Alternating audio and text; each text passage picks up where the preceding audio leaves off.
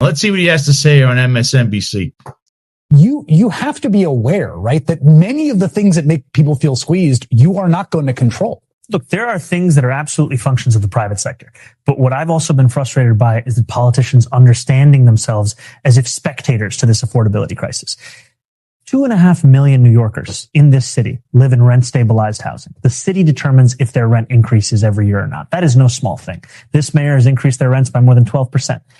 After housing, the number one cost in this city is childcare.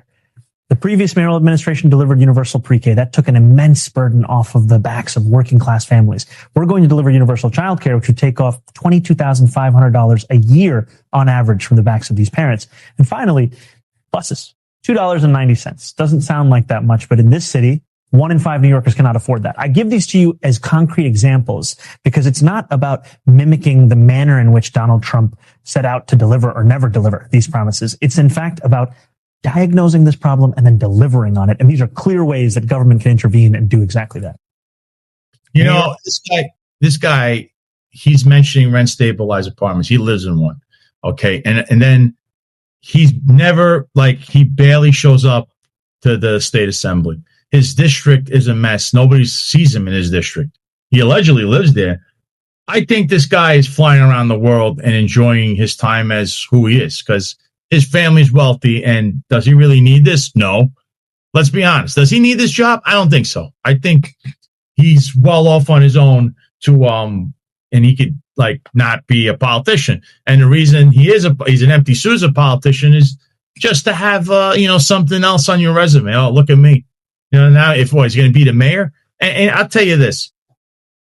Recently, you're starting to see now they made a criminal referral on him for his campaign finance violations, which we've been all over on this show. The three things that stick out with Mamdani. Number one, he's barely shown up to a job he was elected to do as a state assemblyman for his district. The 114th precinct has many issues, public safety wise, and he has no answers to that. He doesn't draw up legislation. The only legislation he seems to write is about transgenderism in schools and a street naming in Boston, New York, which has nothing to do with his district, which is in Queens. Okay. As an empty suit, he is unqualified for any office.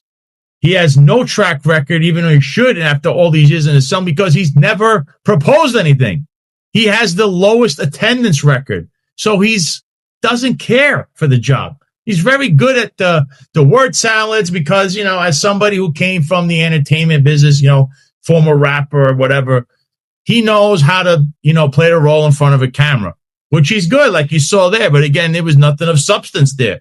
A lot of word salads. I don't know how I'm going to implement anything, but I'm triggering what you want to hear. And you're dumb enough, hopefully, to say, yeah, he's my guy, without saying, wait a minute, how are you going to get that done? And then finally, the campaign finance issues. Okay. Now look at this. One of the returns from the latest filing period went to Ada Diaz Ahmed, a Dubai-based investor who had donated the maximum $2,100. This is starting to fall into play because straw donations, 8-to-1 matching in his campaign finance report. There's a lot of straw donors there.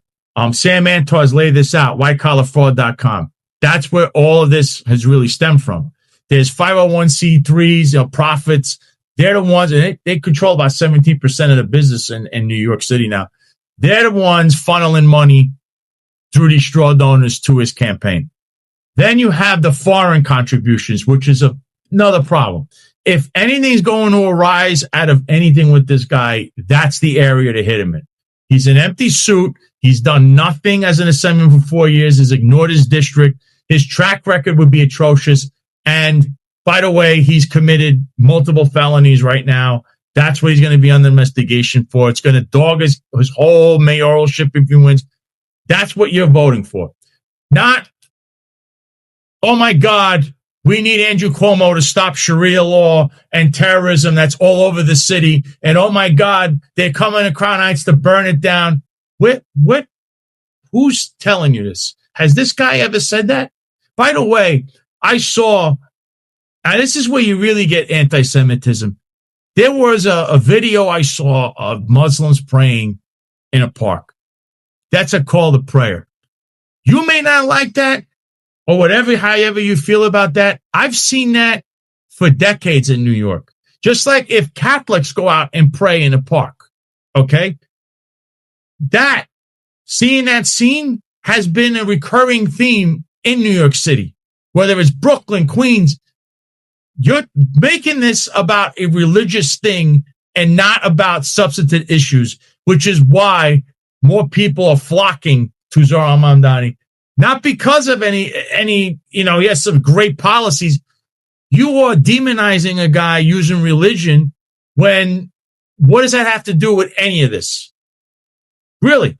Sharia law is going to be implemented. I got to see. I guarantee you, if this guy's the mayor, be the first guy to say, I'm going to go after whoever, or whatever you have, because, city council and all these state and state legislators don't have any laws on the books, or they don't want to implement any laws and, turn back the clock with cashless bail and stuff. But of course, he's a state legislator and he's done nothing. He hasn't presented any laws. So you're in a recurring theme, but to make things about religion and fear mongering and gaslighting, that is why, if the end result is this guy either squeaks by or wins by a hefty margin, you will all have to look in the mirror, because it's ridiculous to be fear mongering like this. It really is. You have substantive issues that voters care about, which nobody's polling them on right now, leaving the exit polls. But you're talking about Sharia law and terrorism's everywhere. And oh my God, they're going to burn this neighborhood down. They're going to do all this stuff. Yet none of that is true. The affordability is a problem. Public safety is a problem. People can't buy a loaf of bread. People looking for jobs. Now you got these SNAP benefits about to, expire because the government is on a shutdown. That's what people care about. They don't care about this other stuff, because whatever's in London, that's a whole nother country, which has a whole different set of laws. Here, there's a constitution people must follow, whether you're the mayor, you're the guy that works under the mayor, you're the governor, whatever it is, you have to follow these laws, or you might end up in the crosshairs. And when you get indicted, though, you can't say, oh, it's political, like Letitia J. Oh, it's political what I'm doing.